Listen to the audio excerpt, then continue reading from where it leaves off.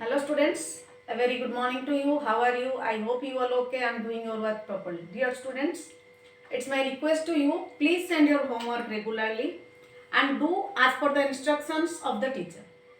So as you know that we are continuing at chapter 8 of class 11, that is self, the unit of life. जैसे कि आप लोग जानते हैं कि हम सेल के अलग अलग ऑर्गेनेल्स के बारे में पढ़ रहे हैं और कल हमने डिस्कशन किया था प्लास्टिड के बारे में और प्लास्टिड के अंदर देखा था हमने क्लोरोप्लास्ट, क्रोमोप्लास्ट एंड ल्यूकोप्लास्ट. सो अलग अलग कलर के जो प्लास्टिड के अंदर अलग अलग पिगमेंट्स होते हैं उस पिगमेंट्स के नाम के हिसाब से इनका नाम दिया गया था. आज हम डिटेल में क्लोरोप्लास्ट के बारे में पढ़ेंगे. ऑलरेडी हमने कल वाली क्लास में पढ़ चुके हैं बाकियों के बारे में, मीन्स क्रोमोप्लास्ट और क्लोरोप्लास्ट के बारे में. आज हम इसका सेक्शनल व्यू देखेंगे कि जो क्लोरोप्लास्ट है ये कहाँ प्रेजेंट होती है और इसका मेन फंक्शन क्या होता है. ठीक है, तो जैसे कि आप लोग जानते हैं कि ये जो क्लोरोप्लास्ट है मैक्सिमम ये पाए जाते हैं मेसोफिल सेल के अंदर. मेसोफिल सेल कहाँ प्रेजेंट होता है? लीफ में, तभी तो लीफ ग्रीन दिखता है. ठीक है, तो majority of chloroplast of the green plants found in the mesophyll cells of the leaves. तो लीफ के मेसोफिल सेल में ये क्लोरोप्लास्ट पाए जाते हैं और क्लोरोप्लास्ट का मेन काम होता है सनलाइट को ट्रैप करना और ट्रैप करने के बाद उस लाइट को यूज करना फोटोसिंथेसिस के लिए.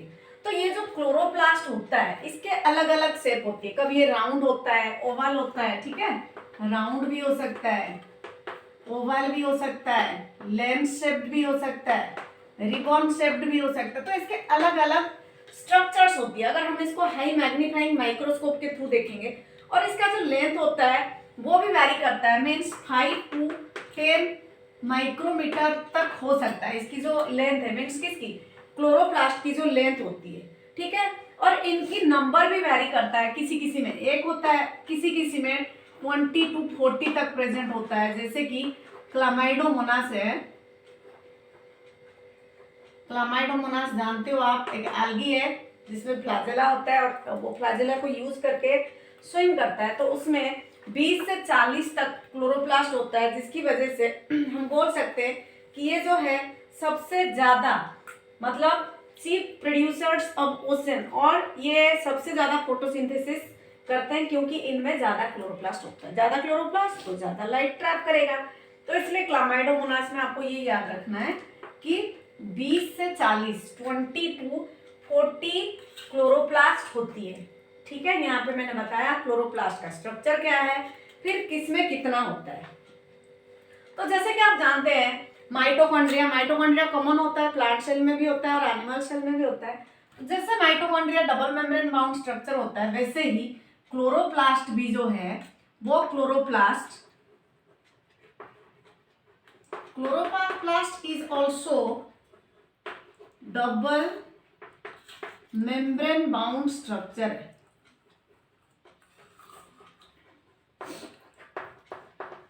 डबल मेम्ब्रेन बाउंड स्ट्रक्चर क्यों बोलेंगे? क्योंकि इसका एक आउटर मेम्ब्रेन है और एक इनर मेम्ब्रेन है और उसके अंदर प्रेजेंट ग्राना है. और ग्राना जो, जैसे आपने कॉइन देखा होगा, पाइल्स ऑफ कॉइन, अगर आप कॉइन को एक के ऊपर दूसरा रखोगे जैसे दिखता है, इसका स्ट्रक्चर वैसा ही है. ठीक है, सो क्लोरोप्लास्ट जो होता है माइटोकॉन्ड्रिया के कंपैरिजन में ये लेस परमेबल होता है. इसका और एक कैरेक्टर याद रखो, जो क्लोरोप्लास्ट होता है ये लेस परमिएबल होता है.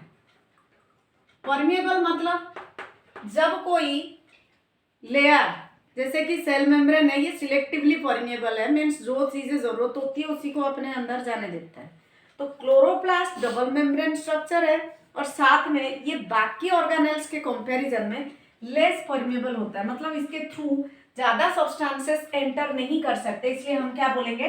Chloroplast is less permeable, means when compared to other membrane bound structures. ठीक है, और इसकी जो स्पेस होती है क्लोरोप्लास्ट के अंदर, जो स्पेस होती है जिसको हम स्ट्रोमा बोलते हैं, ये बहुत कम होता है. तो space inside the chloroplast is so less and that space is called as stroma. So you can write stroma that is present in और लेस स्पेस. तो स्पेस कम होती है, क्यों? क्योंकि स्ट्रोमा के अंदर ये होता है ग्राना। ग्राना अरेंज होके रहता है। किस हिसाब से ग्राना अरेंज होके रहता है? जैसे कि आपने देखा होगा, जैसे अभी यहाँ पे मैंने बोला स्ट्रोमा के अंदर ग्राना रहता है और यहाँ पे एक मेम्ब्रेन होता है जिसको हम थाइलाकॉइड मेम्ब्रेन बोलते हैं, थाइलाकॉइड। तो यहाँ पे दो चीजें आपको याद रखनी है। स्ट्रोमा, स्ट्रोमा क्या है? क्लोरोप्लास्ट के अंदर प्रेजेंट स्पेस, और ये कम होता है। फिर उसके बाद मैंने आपको थाइलाकॉइड के बारे में बोला, ये मेम्ब्रेनस स्ट्रक्चर होती है, सैक और sac like flat membranous structure. So thylakoid क्या है? Sac like flat membranous structure. तो मेम्ब्रेनस स्ट्रक्चर मतलब इसमें मेम्ब्रेन होता है और सैक मतलब बैग, और ये फ्लैट बैग लाइक स्ट्रक्चर होता है थाइलाकॉइड। और इसी थाइलाकॉइड के अंदर, याद रखना बेटा, इसी थाइलाकॉइड के अंदर ये जो पाइल्स ऑफ कॉइन्स जिसको हम ग्राना बोलते हैं, ठीक है, पाइल्स ऑफ कॉइन्स, इसको हम ग्राना बोलते हैं। याद रखना, भूलना मत इसको। ये क्या है? ये ग्राना है। स्ट्रोमा स्पेस है, थाइलाकॉइड जो है वो है मेम्ब्रेन है, और इस थाइलाकॉइड मेम्ब्रेन के ऊपर, थाइलाकॉइड मेम्ब्रेन कैसा है? फ्लैट, ठीक है, सैक लाइक मेम्ब्रेनस स्ट्रक्चर है। इसके अंदर ग्राना अरेंज्ड है, और ये ग्राना कैसा दिखता है? यहाँ पे मैंने अलग से डायग्राम बना दिया आपके लिए। ये ग्राना ऐसे दिखता है और इसका सिंगुलर ग्रानम होता है। समझ में आ गया? या फिर हम ये बोल सकते हैं कि जो थाइलाकॉइड का इंटेग्रल कॉम्बिनेशन है दैट इज ग्राना, और we can say the integral combination of thylakoid.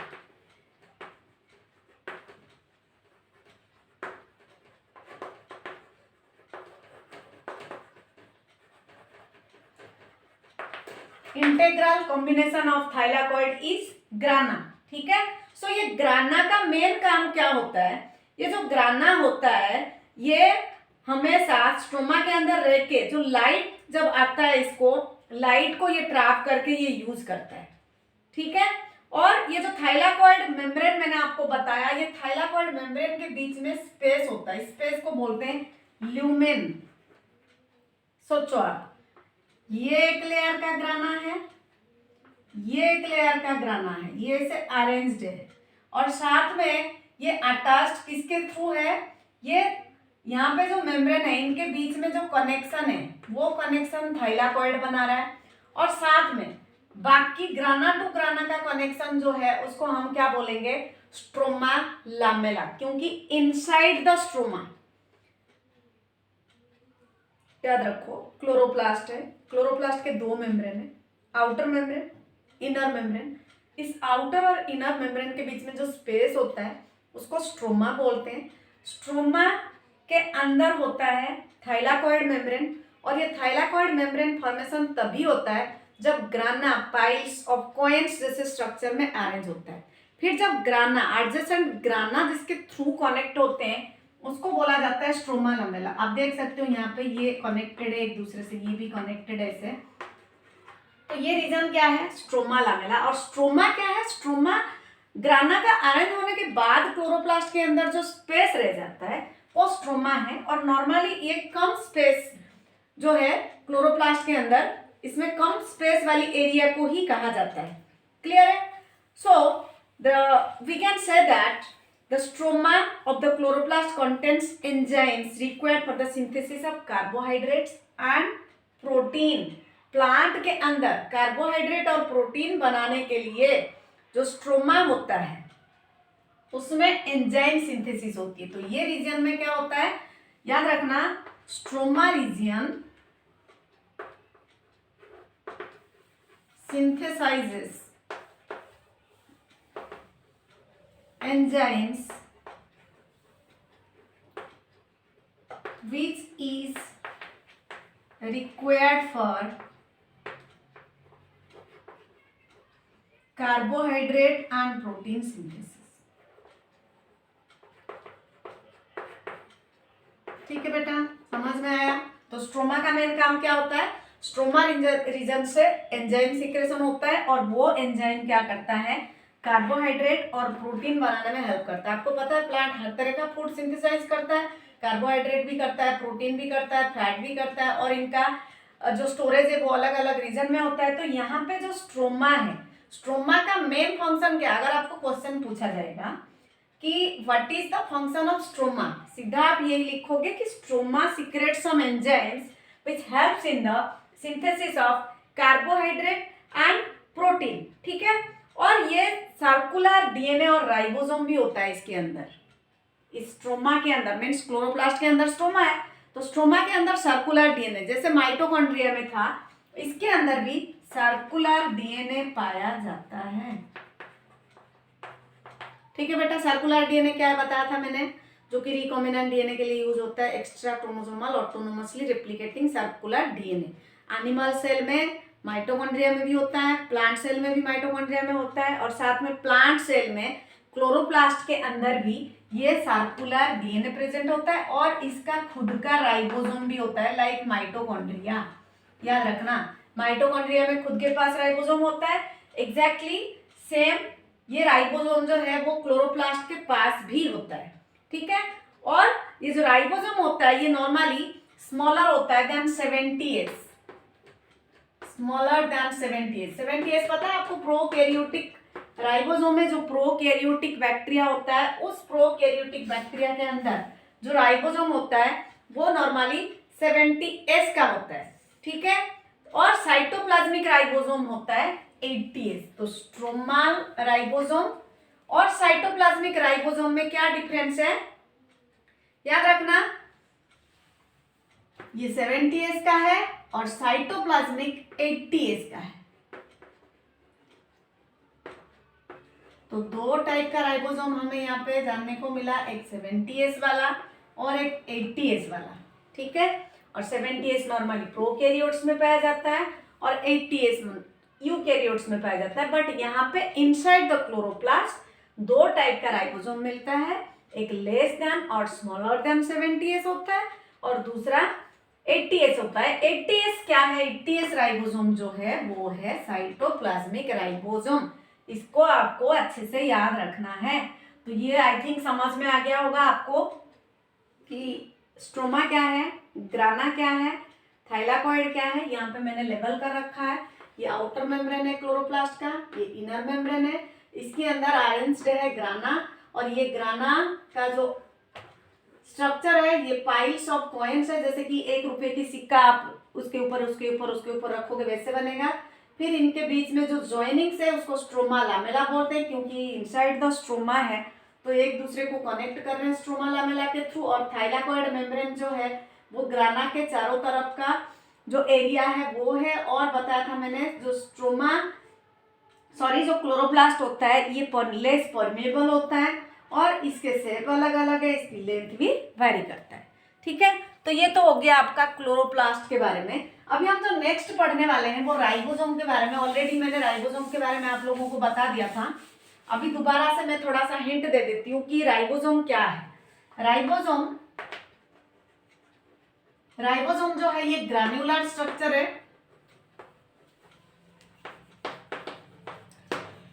Granular structure है, और ये पाया जाता है इनसाइड द सेल। तो राइबोसोम का मेन काम क्या होता है, प्रोटीन सिंथेसिस में हेल्प करना, क्योंकि प्रोटीन एक इंपॉर्टेंट कंपोनेंट है डीएनए बनाने के लिए। तो इसलिए चाहे वो प्लांट सेल हो या एनिमल सेल हो, उसमें राइबोसोम प्रेजेंट होता है और ये प्रोवाइड करता है प्रोटीन सिंथेसिस के लिए।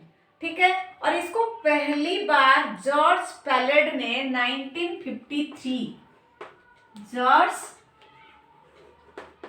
पैलेड ने 1953 में माइक्रोस्कोप के थ्रू देखा था, और उन्होंने इसका नाम क्या रख दिया था, राइबोसोम रख दिया था।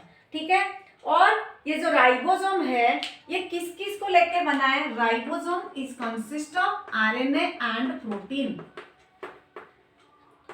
आरएनए जिसको हम राइबोन्यूक्लिक एसिड बोलते हैं, ठीक है, ये किसको लेके बना है, ribonucleic acid means RNA and protein को लेके राइबोसोम बना हुआ है। या फिर राइबोसोम का जो मेन कंपोनेंट है वो आरएनए एंड प्रोटीन होता है। और बेटा याद रखना, ये किसी भी मेम्ब्रेन बाउंड स्ट्रक्चर के थ्रू बाउंडेड नहीं है। तो यहाँ पे और एक पॉइंट याद रखो, ribosome is not found within any membrane bound